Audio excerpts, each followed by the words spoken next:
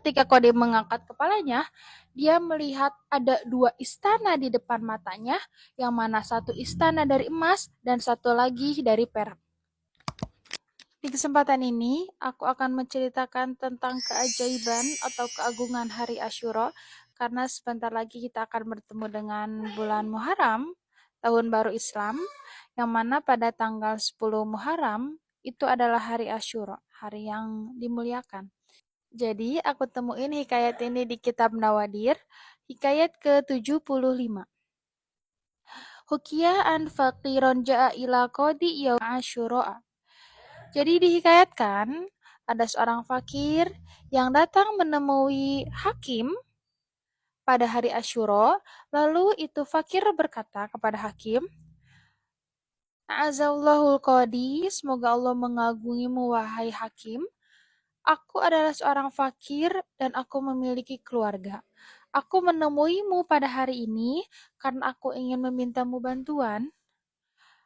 Bisakah engkau memberiku 20 kati daging, 20 kati roti, dan uang 2 dirham untuk aku dan anak-anakku makan pada hari ini? Lalu kode tersebut menjanjikan pada waktu zuhur. Ketika waktu zuhur tiba, fakir pun kembali menemui Kodi, namun Kodi menjanjikan lagi pada waktu asar. Dan ketika waktu asar tiba, sementara anak-anak fakir tersebut sudah sangat merasa lapar, fakir pun kembali lagi kepada Kodi. Namun Kodi menjanjikan pada waktu maghrib. Dan ketika waktu maghrib tiba, fakir pun menemui lagi Kodi, namun Kodi berkata, Aku tidak memiliki apapun yang bisa aku berikan kepadamu. Lalu setelah itu fakir pulang sambil menangis. Dia bingung bagaimana apa yang harus ia katakan kepada anak-anaknya, sementara anak-anaknya sedang sangat lapar dan dia tidak membawa apa-apa. Di perjalanan sambil menangis, dia bertemu dengan Nasrani yang sedang duduk. Lalu Nasrani itu bertanya, "Kenapa kamu menangis?"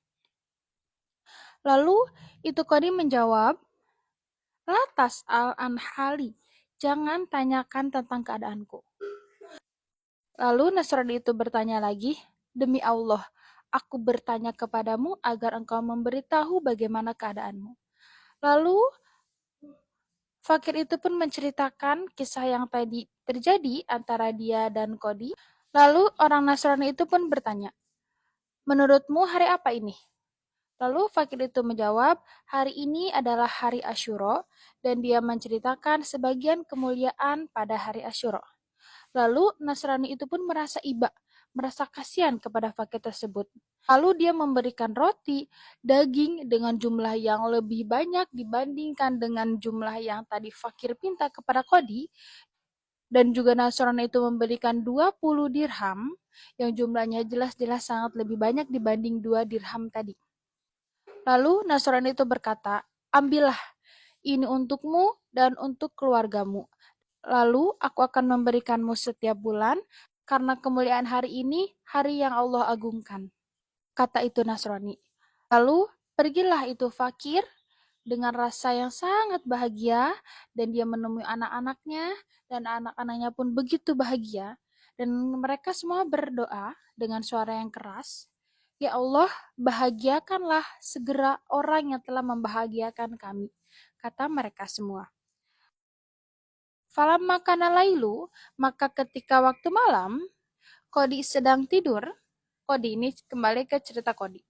Dan dalam tidurnya, dia bermimpi bahwa ada hatib atau orang yang berbicara tanpa rupa berkata kepadanya, "Irfa' ra'saka, irfa' ra'saka, angkat kepalamu."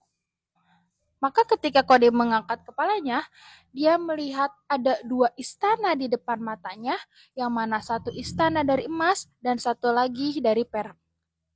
Lalu itu Kode bertanya, "Ya Tuhanku, milik siapakah dua istana ini?" Lalu dijawab, "Istana ini mulanya milikmu, jikalau seandainya tadi engkau menolong fakir yang datang kepadamu. Namun sekarang istana ini milik seorang Nasrani."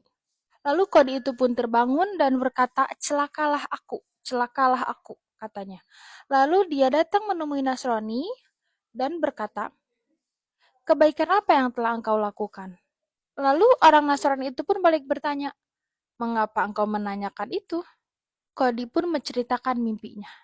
Dan Qadi berkata, tukarkanlah amalmu yang telah engkau berikan kepada fakir dengan 100 dirham.